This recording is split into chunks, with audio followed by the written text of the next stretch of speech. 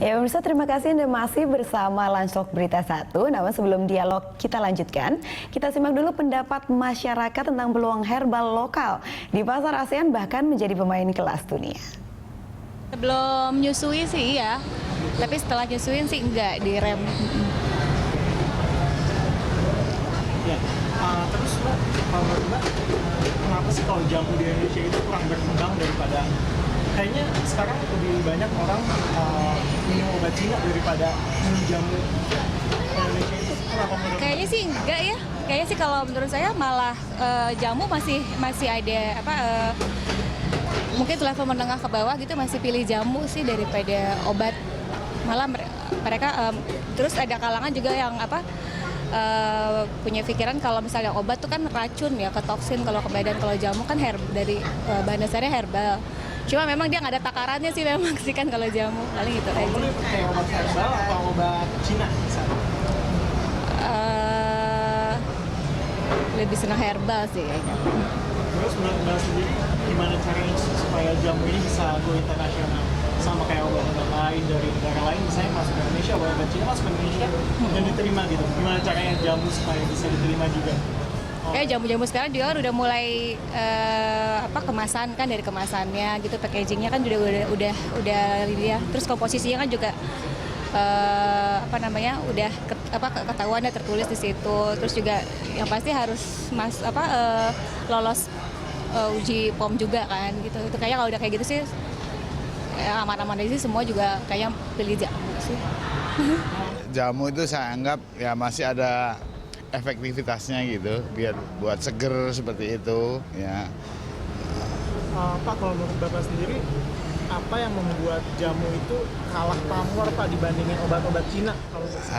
Itu dia masalahnya kan, soal dukungan pemerintah juga sangat kurang. Promosi dan lain sebagainya itu paling tidak itu ada insentif lah bagi pengusaha nasional itu ya, untuk bisa mempropagandakan produknya sendiri. Apalagi ini kan kita harus berjaya di negara kita sendiri ya. Itu mestinya kalau saya jadi presiden saya akan bantu. Begitu. Nah, untuk go internasional ini dan diterima oleh masyarakat di dunia ini, jamu gimana Pak menurut Bapak? Menurut saya sih kalau betul-betul kebijakan dari pemerintah bahwa semua wakil Indonesia di luar itu menjadi duta ekonomi, bagus semestinya. Cuman apakah itu akan menjadi kenyataan? Nah, itu yang jadi pertanyaan kita. Seperti duta besar kan punya orang-orang di sana, setiap ada pameran itu ya dikemas dengan apik gitu, profesional gitu. Orang Indonesia kan kelemahannya gitu, komitmen sangat rendah sekali. Apalagi nggak didukung oleh satu insentif dari pemerintah, akan sangat sulit gitu. Kalau Bapak, kalau penggunaan obat herbal di Indonesia ini udah masyarakat percaya obat herbal atau lebih ke obat-obat medis atau lebih ke obat-obat yang dari Cina? Soalnya obat dari Cina itu lumayan. Kalau saya jujur, saya nggak percaya sama obat Cina, karena yang membuat siapapun kita nggak tahu. Tapi kalau misalnya obat poten, saya masih percaya karena ada studi klinis, ada trialnya. Tapi kalau kita kekurangannya memang di trial. Saya sendiri itu ketika ingin menggunakan salah satu obat konvensional ya, tradisional itu juga saya minum, tapi karena sugesti aja gitu. Uji klinis kan nggak ada. Terhadap jamu? Iya, gitu loh. Kalah dengan obat poten ya. Uji klinis ada, tapi obat Cina nggak ada studi klinis, tapi laku juga karena ya itu tadi promosinya gencar, harganya murah. Yang Itu. harus ditingkatkan dari jamu kita. Itu tadi dukungan dari pemerintah bagaimana supaya membantu. Iya, dan saat ini sudah terhubung bersama kami pemirsa, yaitu Ibu Novi di Pondok Labu. Selamat siang Ibu Novi. Selamat siang. Ya Ibu Novi, apakah Anda juga mengkonsumsi produk herbal? Iya, kebetulan itu saya pakai jamu itu biasa dibuat tradisional sama mbak-mbak di dekat rumah itu. Saya pakai yang kunyit karena saya punya mah. Jadi kalau misalkan saya tanya, saya punya mah nih, ya udah nanti pakainya kunyit, diminum aja setiap pagi, anget-anget, kata dia bilang kayak gitu. Udah itu aja sih, rutin. Tapi memang harus rutin gitu, kayak gitu. Jadi sudah berapa lama menggunakan jamu ini? saya sudah lama ya dari apa ya Pak ya, kerja kira-kira kerja tahun 2003 deh. Kalau orang kerja kan stamina harus ya, baru pertama kali kerja mesti harus staminanya benar-benar dijaga.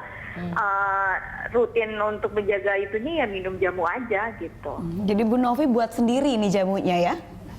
Saya nggak bisa buat sendiri, tapi memang ada tetangga saya yang jual jamu tradisional itu, satu gelas hanya Rp2.000, jadi saya pesan sama beliau gitu. Iya, sudah cukup lama juga yang mengkonsumsinya, berarti Betul. cocok itu berarti jamuannya, dirasakan manfaatnya. Mungkin Ibu Novi ada yang ingin ditanyakan atau ingin berbagi dengan tamu-tamu kita hari ini? Enggak, saya mau tanya, kalau apa namanya untuk jamu itu kan memang khasiatnya tidak tidak secepat obat kayak gitu kan. Tapi sebenarnya itu ada efek sampingnya sendiri nggak sih kalau misalkan dari itunya jamu sendiri kan, karena kalau misalkan kunyit itu kan pasti ada kayak bukan setiap, jadi sisa-sisa gitu loh, ampasnya. Nah itu sebenarnya tuh ada nggak efek sampingnya gitu loh untuk kesehatan? Ya baik, baik Ibu Novi, hanya satu pertanyaan ya Ibu ya? Satu aja. Baik, dulu. terima kasih Ibu Novi. Kami akan tanyakan Ya, kepada tamu-tamu kita. Tapi apa kita bahas mungkin di segmen berikutnya ya? Karena sekarang ini kita ingin membahas betul ini herbal lokal Indonesia bisa bersaing nggak, kan mau EMEA nih. Ada persaingan dengan beberapa negara begitu. Ini kira-kira herbal tradisional Indonesia, ke Bu Sri dulu. Kira-kira kita bisa bersaing nggak sih Bu? Ini produk lokal kita. Ya, Tadi disebutkan ada ya.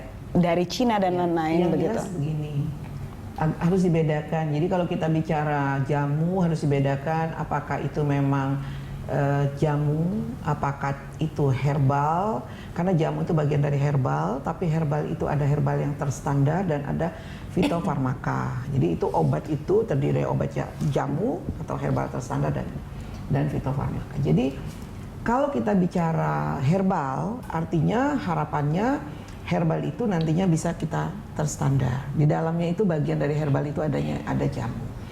Saya kira kita harus optimis bahwa memang kita tuh punya sekitar 9.800 bahan baku jamu, ya 10 ribuan lah jenis bahan baku jamu. Ya itu tadi mulai dari macam-macam lah kan, yang empon-empon, kunyit, jahe dan sebagainya. Jadi itu sangat sangat beragam dan itu hanya bisa dikalahkan oleh Brazil ya 30.000 tadi dan saya kira Cina ya. Tapi selebihnya saya kira Indonesia itu sangat kaya dengan bahan baku jamu tadi. Itu yang pertama.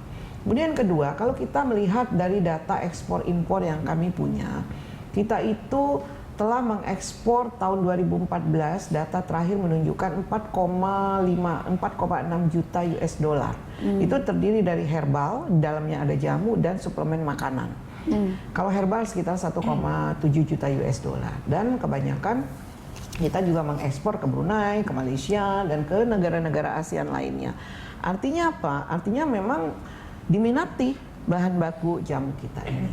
Hanya memang yang perlu dipikirkan adalah jangan sampai nanti kalau kita mengekspor ke sana, misalnya dalam bentuk, kalau kita bicara jamu, itu yang belum terstandar, itu dalam bentuk masih curah, dalam bentuk bahan bakunya, kemudian nanti diolah di sana, kemudian dikirim balik ke kita, nah itu yang kita khawatirkan. Jangan salah bahwa herbal juga kita banyak mengimpor, itu tadi kan Cina dan sebagainya. Yang diimpor itu biasanya kita impor dalam bentuk herbal itu dalam bentuk biasanya melalui online atau dalam bentuk multi level marketing. Kan sekarang banyak ditawarkan kalau mau langsing minumnya ini. Yang terbanyak yang kita impor itu ternyata dari Amerika Serikat. Jadi kalau untuk sesama ASEAN kita malah menjadi lumayan bagus ya levelnya, tetapi konsumen kita ternyata lebih banyak mempercayai produk-produk yang masuk melalui jaringan multi level marketing. Bukannya tidak boleh multi level marketing, itu boleh.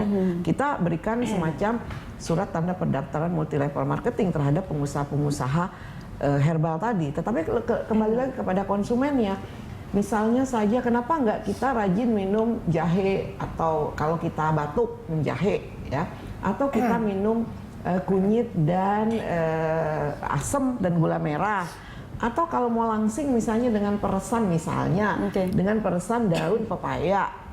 Dibandingkan dengan coba deh, ini kan bisa langsing seperti ini, apa memang jaga makan, apa karena minum suplemen dari Amerika Serikat, saya nggak tahu nih. Ya mudah-mudahan enggak ya. Karena mudah-mudahan terus bersaing ya Iya, terus produk bersaing. Ya. kita. Ya. Kalau Pak Zaim bisa iya Pak Zaim komentar. Ya, saya rasa dalam melihat masalah herbal ini kita mesti agak cermat ya dan hati-hati karena ini kan seperti pisau bermata dua.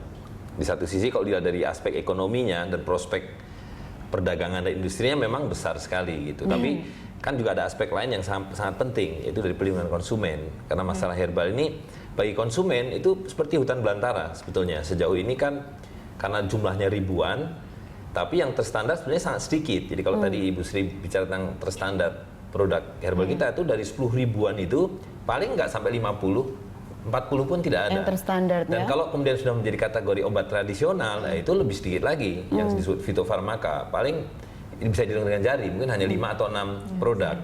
Nah, jadi dari segi itu, ini kan ada satu budaya sebetulnya dari tradisi menjadi industri. Nah, kalau sudah menjadi industri, maka aspeknya menjadi banyak sekali. Dan saya rasa aspek perlindungan konsumen itu menjadi sangat penting karena sejauh ini aspek inilah yang jadi krusial karena itu menyangkut keamanan, Ya.